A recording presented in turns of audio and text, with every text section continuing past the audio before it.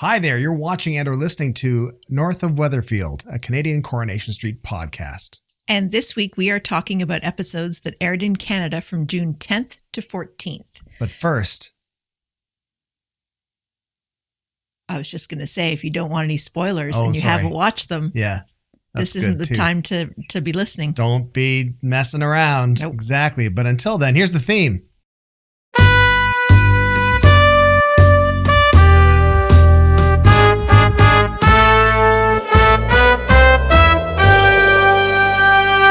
My name is Brittlestar. My name's Shannon. These aren't our real names, of course. Our real names this week are... My name this week is my mother. Just came back from the UK. You're your mother this week? No, let me just tell you. So my friend Tina, she said, do you want to know who killed Laura? Because we found out. Oh my God. No. Okay, well, no, I won't tell you, but I'll just give you, no, I won't, but I'll just tell you who it wasn't. No, we can't have that kind of nonsense happening. You're telling me. That's horrendous. I agree. And then who am I? Oh, I knew who I was going to be. That's obviously a Dev. Yeah, that's right. Huh? That's pretty good, right? That was pretty good. Thank you. Yeah. He does this. People listening at home, my hands are in a Dev formation. They already know. They can just picture it. Oh, they can just tell by the audio signals. So this week we are going to be talking about Steve and Demi, about Bernie and Kit, about Bethany, Sarah, Gary, and Daniel, about Roy, about Abby, and about Simon. Okay. All right. Yep. So first of all, Steve and Demi. So Sally discovered that Demi works as a boutique realtor. So Sally is very keen on this whole idea. Yeah. And she tells Tim that the STEM ban can be lifted because that is Steve and Tim, because that is the kind of person that Sally and by extension Tim should be hanging out with. Right. Sally's always been like that too. She's always been a social climber. Yes. Yeah. And nowhere is that more frowned upon than in the UK, I would say. I think that goes both ways. I think it's frowned upon by 50% and the other 50% are just social climbers. So Sally sees Steve and Demi coming home after their indoor skydiving date, and she drags Tim across the street to introduce herself and to chat away to them, and is being all sucky up to Demi. And Sally suggests maybe they should all have supper together. I think she might have called it supper instead of dinner. Right. Sometime. And Demi offers to host it at her place. Right. Nice place. Sally's very excited about that. Sally is very excited. And Steve says, you know what? We'll have it at mine tonight. I'll invite Ken and everything. It'll be great. Demi's no fool. She's like, great. I don't have to cook. Sure. Sounds perfect. Yeah. Okay. So they head on over for dinner, and Sally is being all over Demi, talking about how great the food is and how it's just amazing. And what is this feta that's in this? What am I tasting? And Demi's like, I don't know. I had nothing to do with it. Steve did it all. Yeah. And Steve's like, oh yeah, I think it's feta. I don't know. I just bought it all at the shops. Yeah. And put it out of the container onto the plate. Yes. And we didn't get an explanation for why Ken wasn't there, but thank goodness he was not involved. Yeah.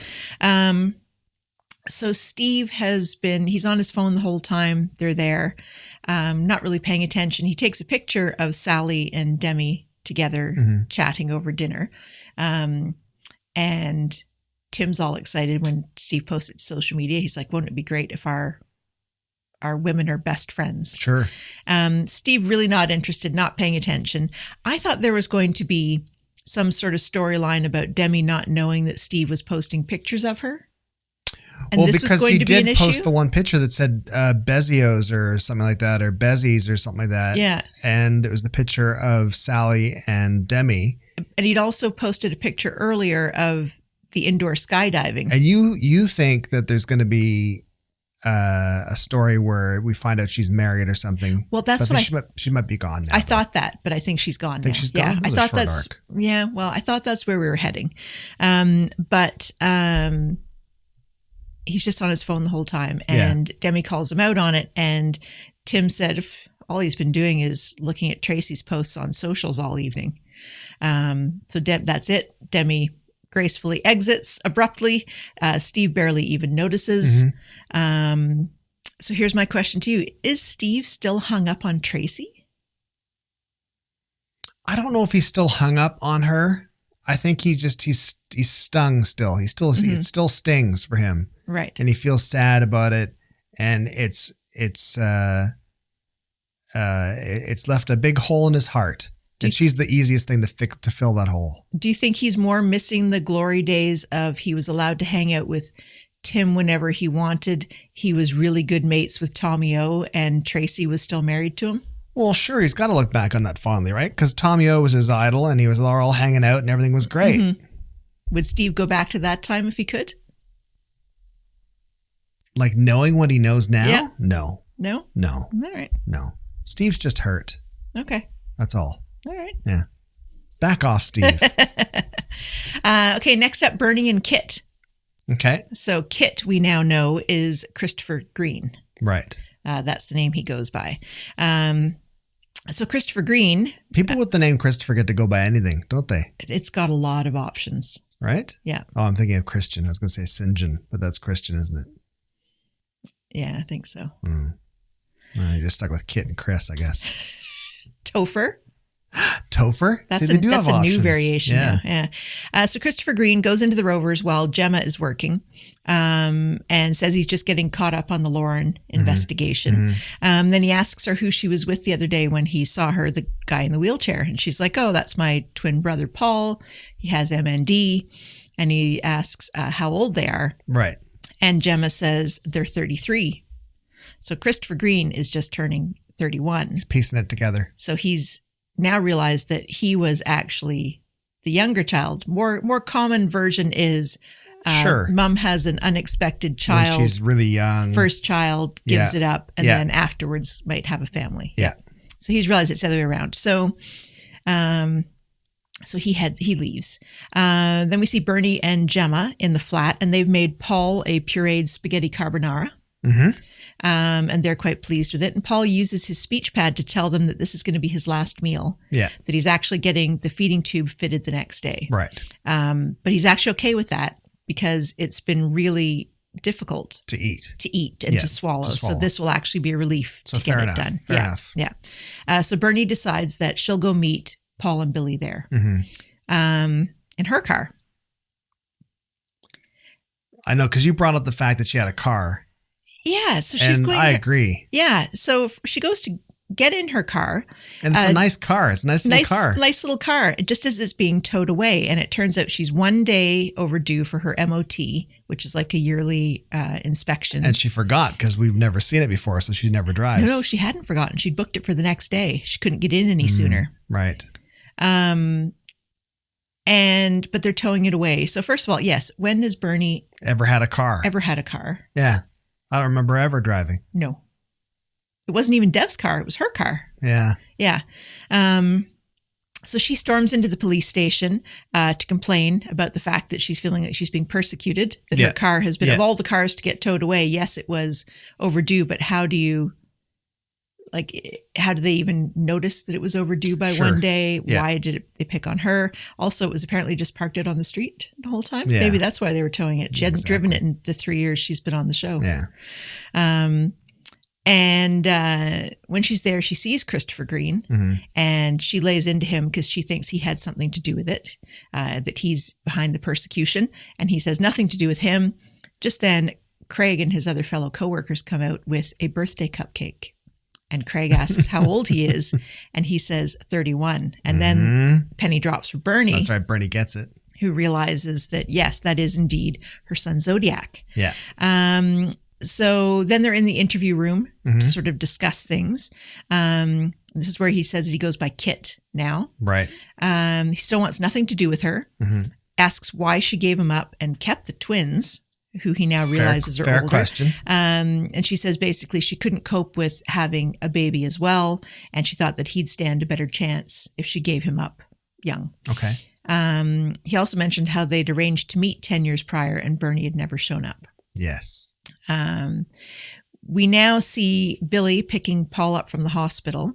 Paul and Gemma are waiting at the accessible spot, and some rando pulls into the spot right in front of them while they're waiting, gets out and marches in, and Billy calls him out on it and is like, hey, and Gemma, there's no placard. You don't have a parking permit. You don't look like there's anything wrong with you.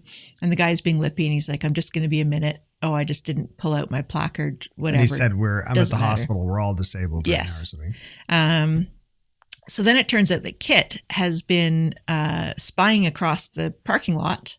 And I take it because maybe Bernie had said where she had been going to meet them.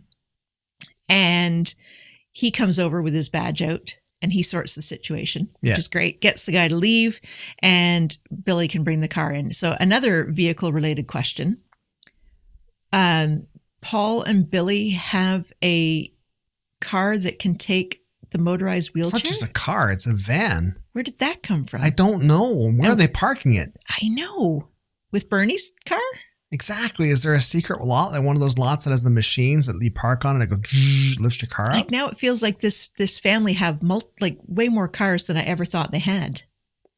Now, Shannon, a little insight for you. Okay. They're keeping it in all the spare bedrooms upstairs. Having visited the outside of the Coronation Street set and being unable, and I'm not allowed to go into the inside of it, but the outside was revealing on its own. To be clear, the reason you aren't allowed in is because of me. Not that because we know you've been barred. That's why. That you've put forth. You've done anything. Because you're jealous and you wanted to wait until you could go. Correct. But there's a huge parking lot around the back. Oh, okay. So I'm assuming that's where they parked. That's probably where they kept it. Exactly. Yeah. Okay. Yeah. Did you go searching for all the MOTs on the cars? I didn't get a chance to. I didn't get close enough. I was scared off by a guy in a high vis vest. So where am I at with this one now? And so then they ask Bernie afterwards, who was that guy? Because we saw you talking to him earlier. Right. And she just kind of deflects the whole thing. But then Bernie goes into the station to thank him for looking out for Paul. And they end up going back to Gemma's empty house to have a chat. Yes. Bernie and Kit. Yeah. And then she goes to get the biscuit tin to show him because he says, you just threw me away and you haven't really thought of me since. And she's like, brings out this tin and all the letters she's written, birthday cards over the years, all that sort of thing. And she explains that she had to give him up as once Denny found out she was pregnant with a baby that wasn't his because Kit was conceived when she and Denny broke up briefly. Yeah. Denny was left and that's why she was absolutely couldn't do anything on her own because she was used to having him there with the twins as well. He then asked why she blew off the meeting when he was 21 years old because he'd been looking forward to it. Yeah. And I thought she was very forthright. She said, I wasn't in a good space. I'd been out the night before. I wasn't feeling, I was all hungover and I got drunk again. Drunk again. Yeah, exactly. Yeah. So very honest. So here's my question. Is Kit going to soften to Bernie? Maybe he'll soften to Bernie because I think the reason he's been tracking her and stuff and keeping an eye on her is because he's, there must be like that thing where it's like, well, there's a connection here, obviously. And she does seem remorseful. Do you think it's that, or do you think he's just curious at all these new people? I mean, a bit of both. I think he's probably most intrigued by his brother and sister. That's what I'm thinking. His brother and sister, and then also his nieces and nephews. I don't even think he knows about the Quad Squad yet. He does, because Bernie said about in the kitchen. Oh, she said she's a great mom or something. Great mom or something, right? And it would be pretty evident that there's little kids there, right. I would think. Just wait till he finds out how many. How many kids there are. But let's get one thing straight, though. Okay. No sympathy for Bernie. She's still going to, it's going to crush Paul. He's going to be beatific about it. Is that the way you pronounce it? I think it'd be more beat. I don't know. Saint-like. Saintly about it. And he's going to say, this is good. I'm glad. He's going to be happy because he's in that mode, which is fine. Bernie blew it. No. She blew it with her son, not by giving him up. That's not Correct. why she blew it. I agree. She blew it by, can you imagine being 21 years old and being told, hey, listen, I'm your birth mother. I'd like to meet you. And you'd be like, wow, that's the time for remorse. That's the time for forgiveness, acceptance, starting new, getting stood up again. How much damage would that do to someone? But let's go. So that was 10 years ago. I think we had Gemma on the street by then. Yeah. And we didn't have Bernie because her mom was such a mess. Yeah. She was still a mess 10 years ago. She was still a mess 8 years ago. But I think, what's Tyrone's mom's name? Scylla or something like that. Damn it. We should know that, shouldn't we? She hasn't been in forever. Is there a podcast about Coronation Street we can listen to find out? What? No, not Scylla.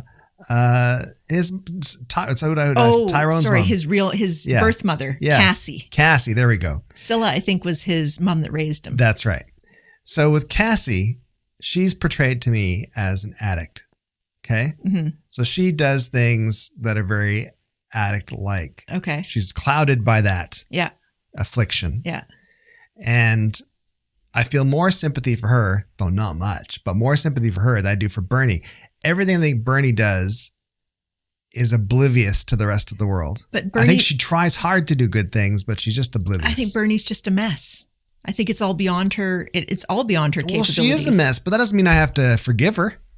I'm so angry at her for standing up. Some Kit, sympathy. For standing up Zodiac. I can't imagine being 21. I know. And being told your birth mother wants to meet you and then being stood up, just being ghosted by your birth mother. That would be, you'd be crushed. You'd be like, this person obviously doesn't want me. I agree. So that's it. We're both settled. Bernie's no good. Nope. You're too hard on Bernie. All right. Fight in the comments. Now go. Let's go on to some upstanding citizens. Bethany, Sarah, Gary, and Daniel. Okay. Level heads, every one of them. Yep. So Sarah tells Shona about the suspicious mark on David's trousers. Yeah. And I like Shona because she's no nonsense. She just demands to see his phone. I do also like the fact that we use her brain injury as a reason for her to cut through the crap. Yeah. Which is great. Yeah. Yeah. Yeah. I know. I feel she was already kind of like that. Yeah. Oh, for sure. But now she just has an excuse to. She's just milking it now. Yes. Yeah. To have no filter. Demands to see his phone. And he's like, I don't know about that. Well, let's swap phones. And so they swapped phones. Shona's all over it. David probably was like, what the hell am I going to do with this? I don't know. Scroll her Instagram. I feel David wasn't really. No, exactly. Doing anything with that. So moments later, Shona marches into the salon where David is with Sarah because she's been able to tell from the fitness app on his phone that he was indeed at the location where Nathan was attacked at the time Nathan was attacked. And I liked too that she was only partly mad at him that he might have done it. She was mostly mad at him that he was stupid enough to have that evidence on his phone. Yes. The fact that he was stupid enough to get caught. Yeah. And that it could have been the police or whoever that were looking. So he admits that he had actually been there, but he had actually been planning on vandalizing. I don't know if it was Nathan's vehicle or something like that. I think so. Spray paint, he said. But yes, it was actually spray paint on his jeans. And he said, but I was too late, but I did see who did it. Yeah. Bum, bum, bum. Bum, bum, bum. And bum, bum, bum over to Sarah, going back to the flat. So Gary's there in the flat because he had run into Daniel in the pub. And Daniel said, Gary, you're close with Bethany because Bethany, he was essentially her stepdad for quite a while. Yeah. You're close with Bethany. Can you just have a word with her about the way she keeps accusing me of like murdering and attacking people? Okay, Daniel. So Gary, for some reason, is like, sure, whatever. He's probably like, I have my own key to Sarah's flat now anyways. Yeah, exactly. I think, so I'll just head on up. Maybe I'll bring a bottle of wine with me. Maybe.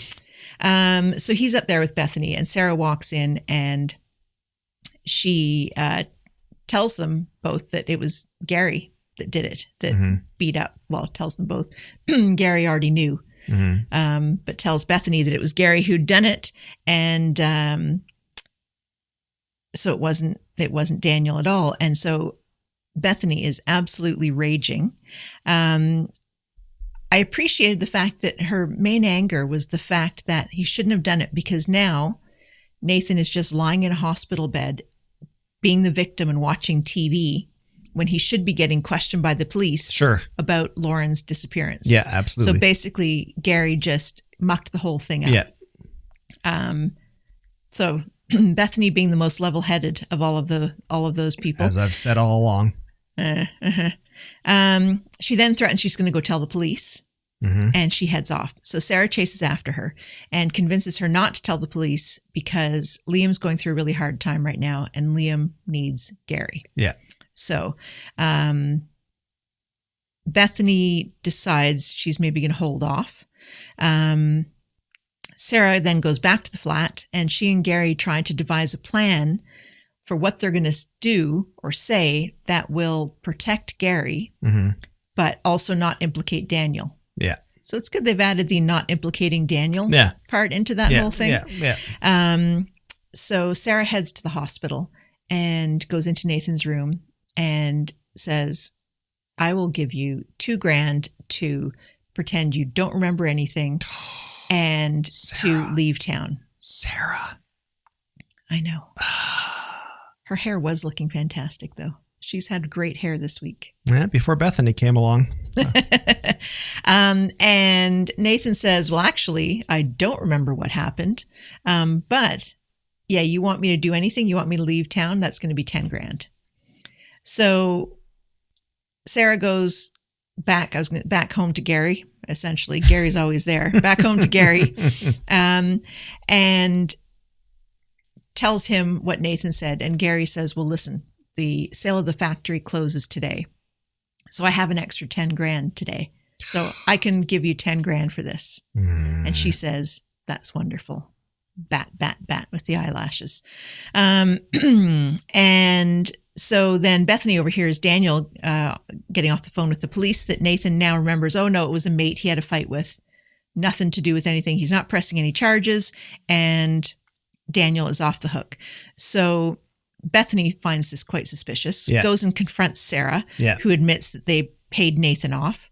Bethany points out then that Gary treats Sarah better than he does his own wife. Correct. Then Sarah and David are at the pub, and Sarah's telling David, no, there's not going to be any charges. Nathan's going to leave town. And David's like, how do you know he's going to leave town? And she's like, oh, no, I'd assumed he would. Then Maria comes in, and she is looking for Carla. And Sarah's like, I haven't seen Carla. I mean, obviously it's Carla's 4 weeks off because none of us have seen Carla. We haven't heard her either, clattering around in the background. So then she says, okay, well, do you know if this is true that there was a last minute thing where Gary knocked $10,000 off the price of the factory because of some sort of issue with the heating? And Sarah's like, ding, ding, ding, $10,000 sounds like a familiar amount that Gary wouldn't have got in the bank account. Sarah doesn't do everything in threes. He did her eyelashes with bat, and she's got her brain going ding, ding, ding. You don't think so? You don't think she follows the rule of three? I have to defend Sarah a little bit in case things don't work out between me and Bethany. And so Sarah says, oh, yep, that sounds about right. And so then, of course, as soon as Maria leaves, David's like, what the heck? And so she tells him everything. There's an awful lot of people who now know everything. Yes. We then see Daniel getting all ready to head to a back to work interview because he's been put on leave for the whole, accused of killing a teenage sex worker that you tutored thing. Yeah. They frown on that kind of thing. Yeah. And he asks her what she's going to do. And she's like, oh, I don't know. And he's like, well, rather than lazing around on TV, watching TV and the Real Housewives. Desperate. He said desperate. Did he? Like your housewives. Oh, okay. He made the same mistake that I do. Daniel and I are just like each other. Oh, God. It's not the Desperate Housewives of Orange County. It's the Real Housewives of Orange County, right? I figured it was the Real Housewives of Cheshire. Well, it could have been. That's what I'm hoping that we see one of them on it soon. Yeah. And he says that why doesn't she just take her mum and go shopping? So, Daniel. Oh, okay. So where's this money coming from? Sure. Bethany is unemployed. They probably Daniel sold her is 2 off cars. That's probably what it was. They more room, and they needed more room in the lot. So then we later see Bethany loaded down with shopping bags, but obviously she's not gone with Sarah because she's ticked at Sarah. And we see Sarah chasing her, trying to talk to her. And Bethany runs away. And she's up outside the flower shop, and Mary comes out. And Mary can see she's all upset, and she invites her in. Yeah.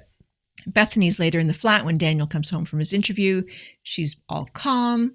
She's being very lovely, has made Daniel a cup of tea, and she's inviting her mom over for a cup of tea. And they're going to have a talk about everything. And basically, she hadn't ever thought about it from the point of view how stressful everything with Nathan was from Sarah's point of view. Right, yeah.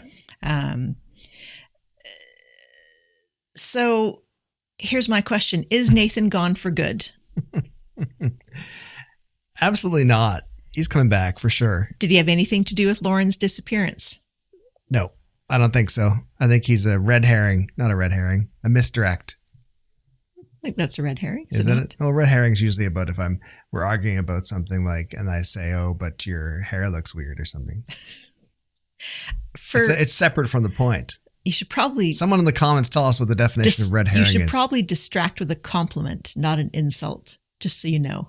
Well, that's what a red herring is. A red herring is just you're talking, you go after something else. It's a stinky fish. It's a stinky fish. So it's stinky fish. A negative. Exactly. All right. So no, I don't think he's got anything to do with it. I think it's a misdirect. I think it's going to be somebody else. It would be too. It better not be. I'll be so upset. Just call my mom and ask. I'm sure she'll be happy to tell you. Okay, Roy. Yeah. So Roy is in his cell playing one-man chess. Yeah. And an inmate comes into the doorway asking very friendly but inane questions, trying to engage Roy in conversation. Roy, and the way you can tell Roy is suffering. Depression, suffering, angry Roy is because he's grown a beard. Here's my question first. Okay. My question is, why does he get to wear street clothes? I think because he's not been convicted. I think it's very different when you're just there. Is it called on remand? But he's been there for weeks. I know, but he's not convicted. I think you're allowed to wear your own clothes. Doesn't make any sense to me. I'm not positive. I'm guessing. So anyways, Roy flips out on this guy, shouts at him, essentially practically shoving him out of the room. Yeah. And says, "You get out. He wants to be left alone." Mm-hmm. The next day, the inmate is back again, knocking on what's now the closed door of the cell. And Roy is trying to ignore him, and he keeps going. And then the guy says, "Listen, I told you we have a mutual friend. Our mutual friend is Stu, and he asked me to..." Don't say it like Yasmin. "And he asked me to check in on you." Uh-huh. And Roy's whole demeanor and body language changes. He goes over, shakes his hand, introduces himself. Yeah. The guy says that Stu wants him to keep an eye out for him, help him sort of learn his way around, all that kind of thing. And he also brought Roy a copy of one of Roy's favorite books from the library. Very nice. So that was nice. Yeah. So that was very brief. Roscoe. Yeah, we don't know what Roscoe's in for. We don't know what Roscoe's in for, but Stu was inside with him, so he obviously knows he's not a terrible person. Yeah. Or he wouldn't have asked him to check in on Roy. Yeah, exactly. Yeah. And then Simon. So Leanne is heading off to the retreat, and amongst the things she's packing for the retreat are 3 unopened bottles of perfume. You know what though? That totally tracks with Leanne. She's gonna have like sleeve cap puffy puffers, sleeves. Yep. But no, like something to repuff them should they deflate halfway through the day. And then she's gonna have unopened boxes of perfume, eau de toilette. And then she's probably gonna have what else is she gonna have? She's probably gonna have like those like pop socks except slippers. That's what she's gonna have. All right. And Nick offers to drive her to the train station, but she says she's going to get the tram. So off she heads, and minutes later, Simon emerges from the bedroom and asks where Leanne is because he's got up to say goodbye to her. And everyone's like, "Oh, we thought you'd gone out to, I don't know, do community service or something." How big is this flat? And I thought Simon didn't have a bedroom? I don't know. But anyway, so poor Simon. So he's a little bit upset that nobody bothered to even check if he was in the room so he could say goodbye. Yeah. And so he goes into work that day. It's his lunchtime, and Nick catches him at the bar drinking a beer on his lunch. And Nick's like, no, you can't do that while you're working. No. And Simon says, "Well, fine. I'll just go to the Rovers then." and do it. And instead he goes outside, sees Tim and the cab, and gets a cab to the snooker hall because it's happy hour there. But Tim's not happy to give him the ride. No. But he's duty bound. Duty bound by his cabbie oath. Yes. Yeah. And then later Tim comes back in to the bistro, and Toya and Nick are there, and it's like, Simon I picked him up from the snooker hall, drunk as a skunk, puked in my cab, and then legged it without paying. Yeah. And they just sort of go, oh, that's terrible. Okay. No one offered to pay Tim. No, I know. Either a cleanup charge or for the fare. Well, it should be £100. I would think it is a hefty charge. Sure. Yeah. And Nick just dealt with that by just like scrunching his face up. Yeah. Oh, he didn't come back for his shift either. Yeah. So Nick and Toya go out searching for him. Yeah, my Nick's catching up. Thank you, Shannon. Don't talk yet.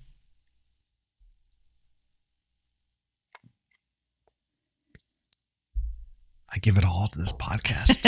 I give it all. So Nick and Toya go out searching for him, and they find him passed out on a bench in the precinct. Yeah. Just as they arrive, his wallet is being stolen from his pocket. Yeah.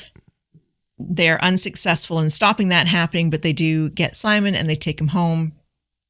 And Nick says he'll put him in his and Leanne's bed, and he'll keep on the sofa. So again, I'm asking the bedroom question. Yeah. Who knows? Where everybody sleeps. Because sometimes it seems 2 bedrooms. Actually, Toya's there as well. 4 bedrooms. I don't know how many bedrooms. I don't know how. With such a tiny living room and dining area. The kitchen's lovely. It is. Yeah. And so the next day, Simon comes out from the bedroom and he's like, why was I sleeping in your bed? And they tell him, we found you passed out drunk in the precinct, and someone stole your wallet. Yeah. And we brought you home. So no mention about stiffing Tim. Better now. Honest. No mention about stiffing Tim. No mention about puking in the cab. No mention about blowing off work. Yeah. No asking him, is he upset about Leanne leaving? There's none of that. No, there's and no then time. Simon's like, well, I'm heading out. Yeah. And also, he has no wallet. Does he have a phone? Like, where's he going?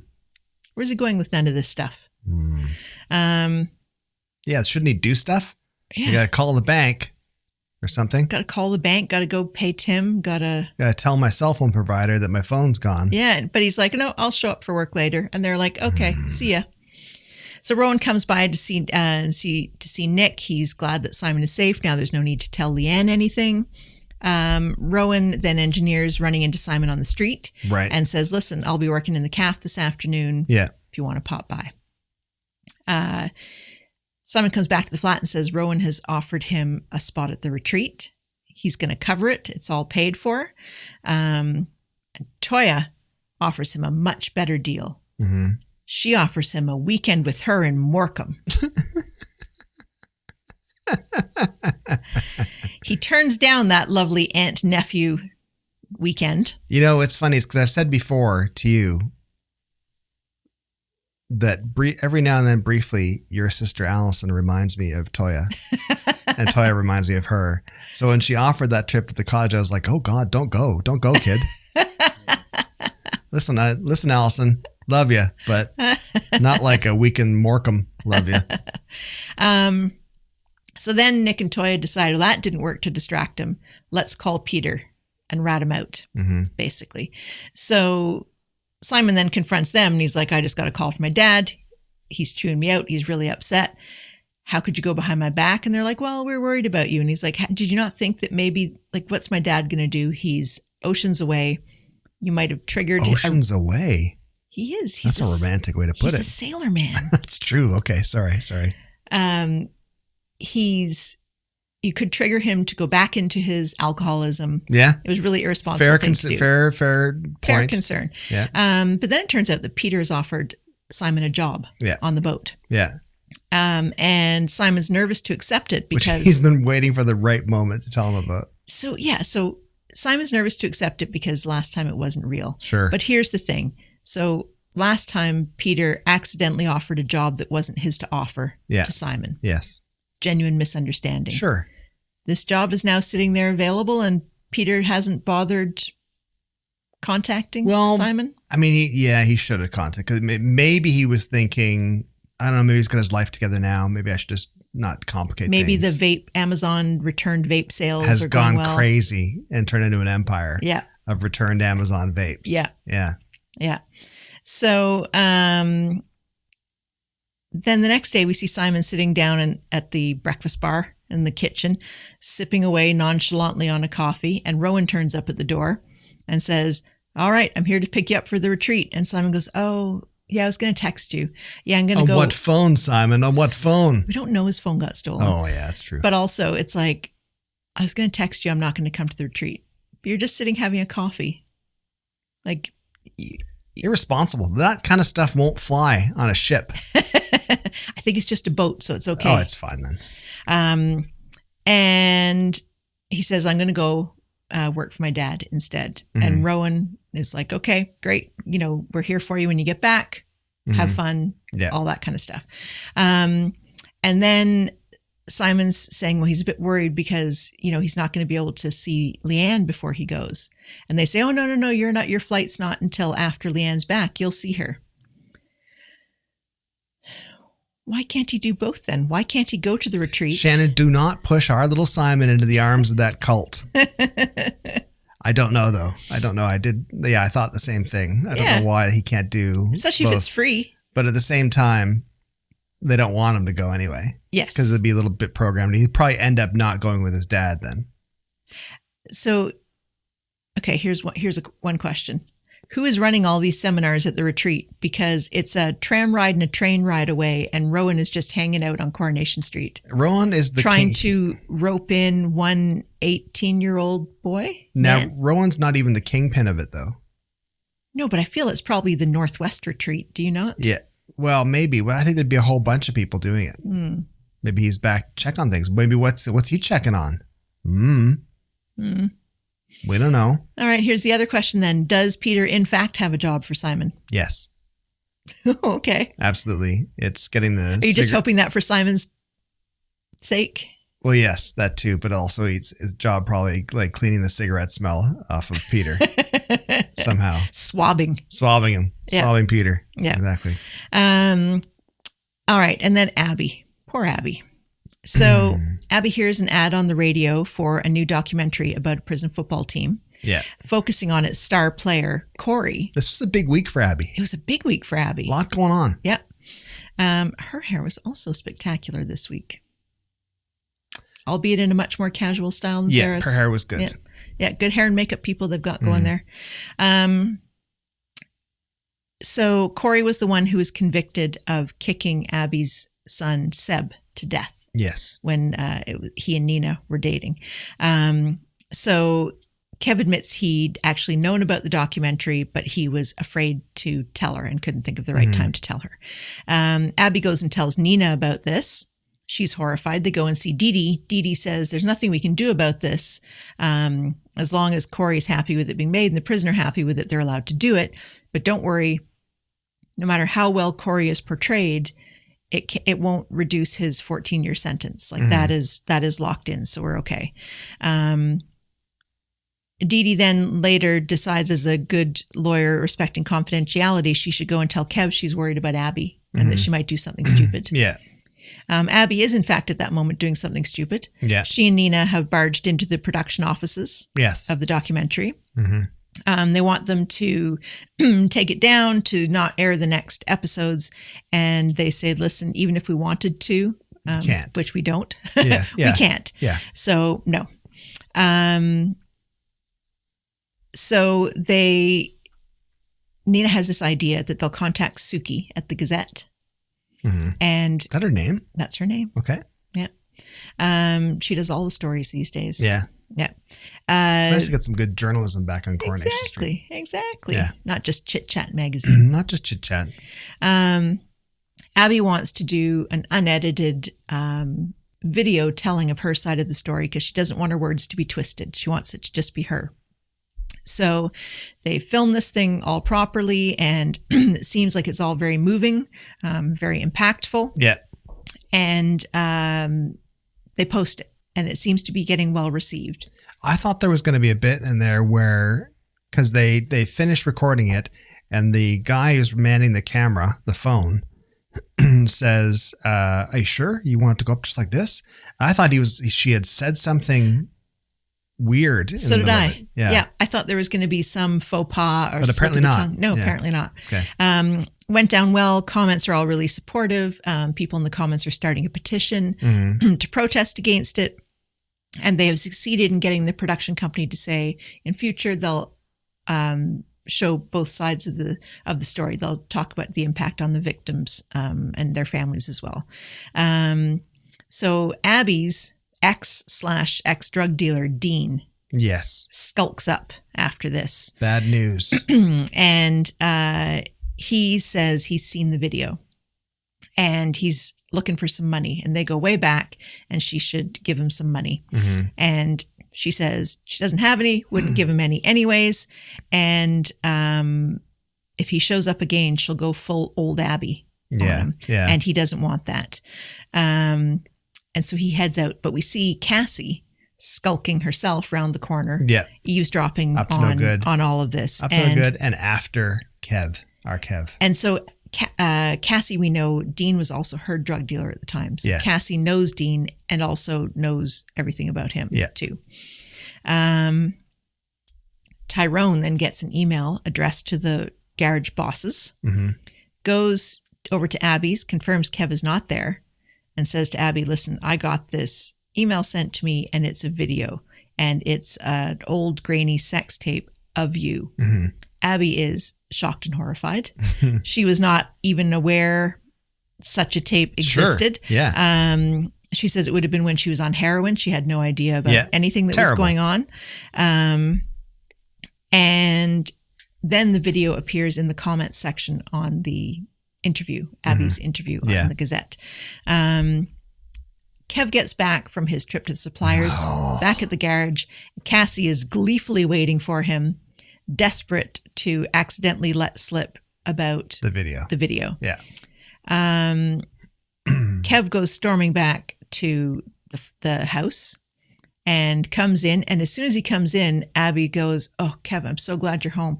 I have to tell you something. It's not pleasant, but I really need to talk to you." Sure. Kev's like, "I already know all about it. And you told me there are no more secrets." And she says, "I didn't even know it was filmed. Yeah. I think I was probably on heroin. I knew nothing about this." And he said, "You promised there are no more secrets. I can't forgive you for this. I can't unsee it. You're a horrible person." He storms off again. She then goes to find him in Victoria Gardens, and essentially he's still being a bit of a prat. He just keeps saying the same thing over and over. Yeah. And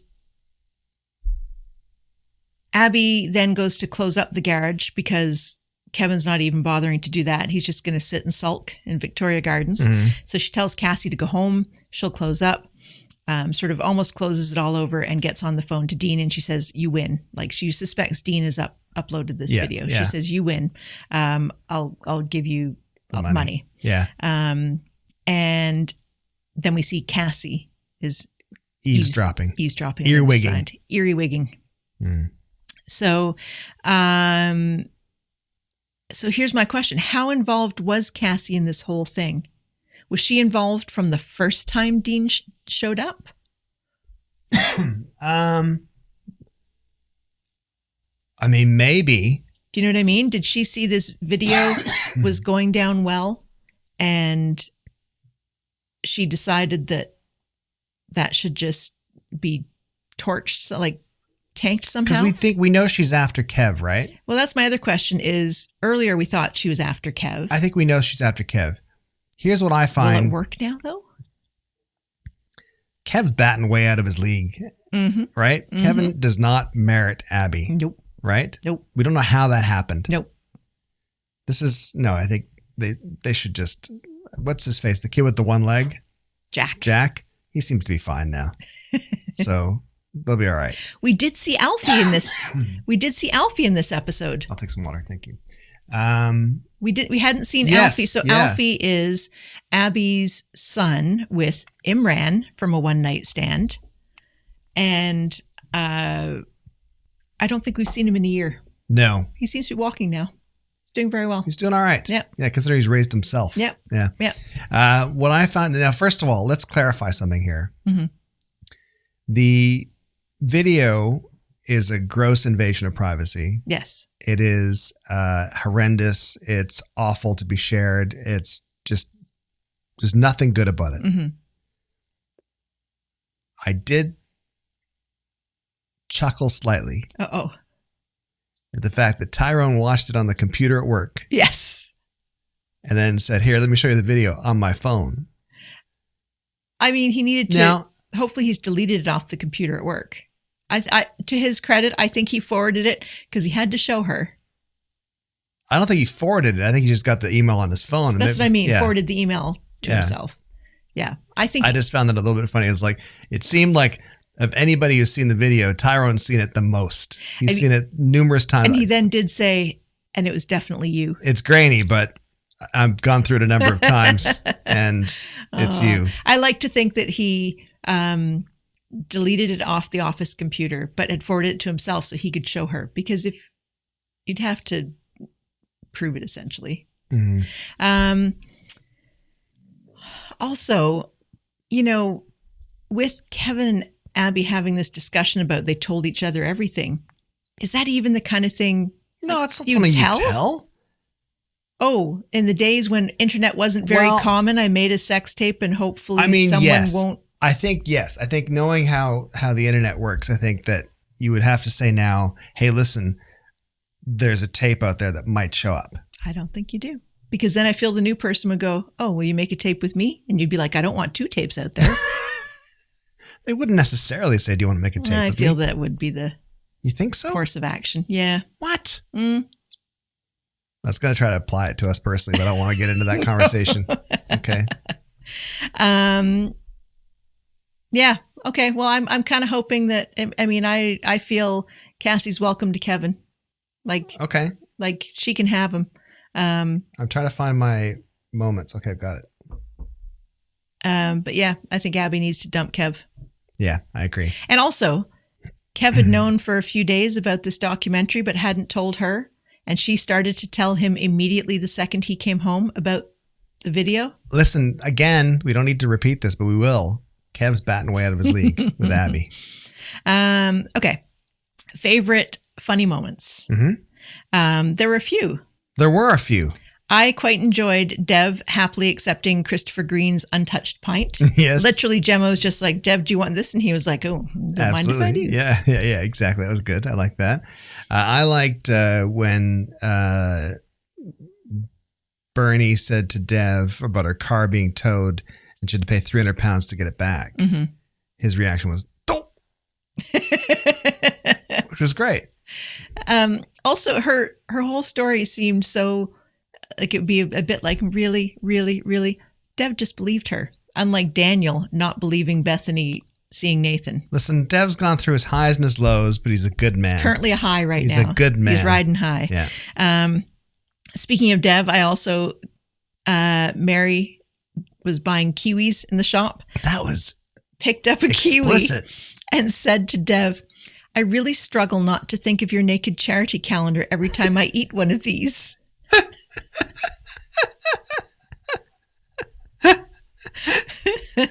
I mean, kiwis are big, so That's hilarious. I think Dev should get that checked, or maybe she meant that was both of them contained. I think he's probably going to stop selling kiwis after Probably. that He was anyways. certainly not going to hang on to them. Also, the fact she said that, but then she'd bought like a 6-pack of them. She didn't have a problem with it. No. No.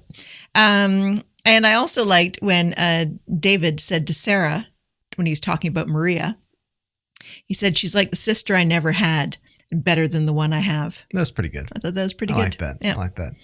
And then lovely moment. So one sad moment, it was very sad. Nick, when he was talking to Toya after Leanne had left and everything, he said, I've never been so lonely. I thought that was a pretty honest moment as well. I thought so Yeah, too. it was good. And then after that, they went and did a they created their own white wine couch club, just like Gary and Sarah. Yep. Yeah. I would do another Nick impersonation, but it makes me cough apparently, so I'm not going to do it. Okay. Yeah. All right. I'll scrunch my face up. There you go. That's it. I did think it was lovely, Mary taking Bethany in to the flower shop to talk things over with her. Mary's a good soul. Mary is very good with the young adults. She's great with Asha and Addie. She's great with Amy. I think because she's just so blunt and genuine. And I think maybe there's no affect. There's a weird affectation, but not really. She's never moved too much beyond that age, I think, herself in a lot of ways. I agree. Yeah. So I thought that was very lovely. That was nice. And also Stu asking Roscoe to look out for Roy. That was just nice. It was very nice. His name's Stu, by the way. Okay. It's not Stu. All right, Stu. Well, there you go. That was pretty good. Apart from my coughing fit in the middle. That was pretty good, I think, wasn't it? We had a few coughing fits. It was a big, we're almost at 50 minutes of this episode. It's crazy. Time to wrap it up. Where can you find us? Time to wrap it up. You can find us at weatherfield.ca if you can if you want to. And if you want to, you can submit your email address there and you'll be put on the little mailing list and you'll get notified every time we put a new episode. You can also... Say that slower. Let's see what the caption does with that. You can go to weatherfield.ca and you can subscribe to us there and you'll be notified via email every time a new episode comes out. You can also, of course, follow and or subscribe on your favorite podcast platform, right? Correct. There you go. So thank you so much for watching and or listening.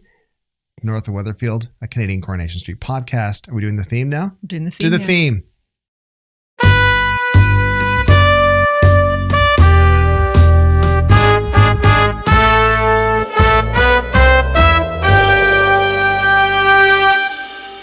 Theme played, Shannon. Also, we now know that Lauren's murder is about to be solved in the next few weeks. Well, how far ahead is the UK? I'm not Googling anything. I want to say they're about 6 weeks ahead. 6 weeks? But it had already happened by the time she went over. And how long ago was that? A week or two ago. It's coming soon, folks. I'm angry at your mom. Let's just call it that. Thanks so much for watching. See ya. And listening. See ya.